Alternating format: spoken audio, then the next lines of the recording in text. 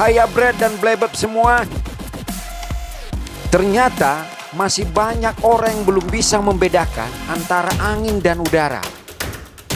Nah, begini penjelasannya bagaimana cara membedakan angin dan udara. Angin akan terasa kalau sudah keluar. Kehadirannya akan meniup bulu-bulu halus maupun kasar yang ada di badan. Kalau tiupannya semakin kencang, bisa membuat bulu dan badan mendadak terpisah.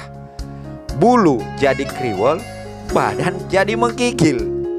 Namanya fenomena alam, sehingga tanda-tanda kehadirannya diawali isyarat khusus dengan semburan halus.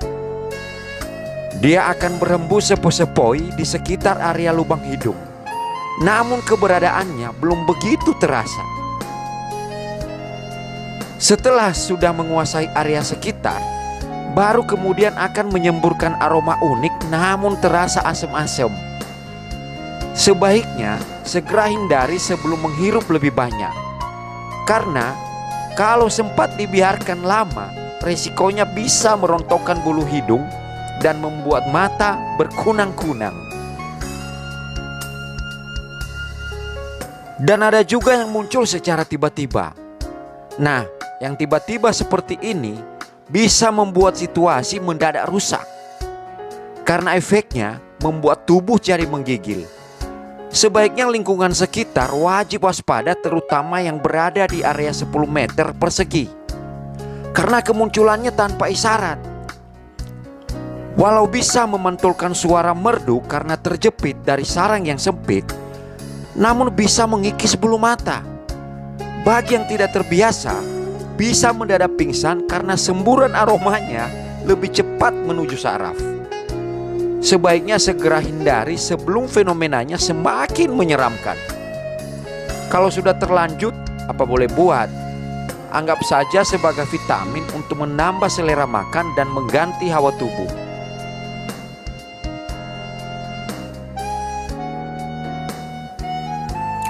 Angin juga bisa hadir berdasarkan pesanan kalau kebetulan ada lingkungan yang membutuhkan.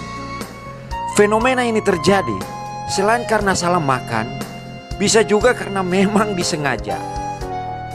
Angin jenis ini akan sangat berisiko tinggi bagi pemiliknya.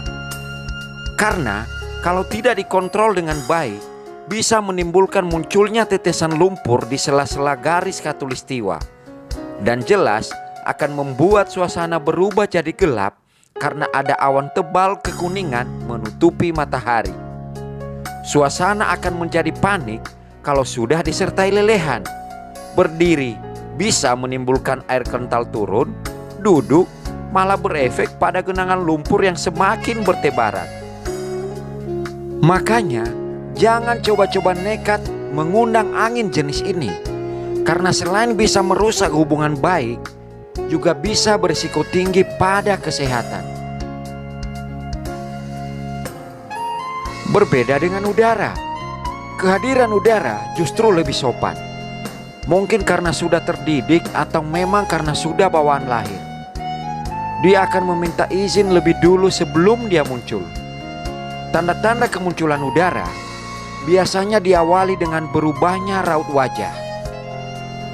Namun, walaupun jenis fenomena ini sering familiar dengan lingkungan, tapi jangan lengah dengan menganggap tidak berbahaya.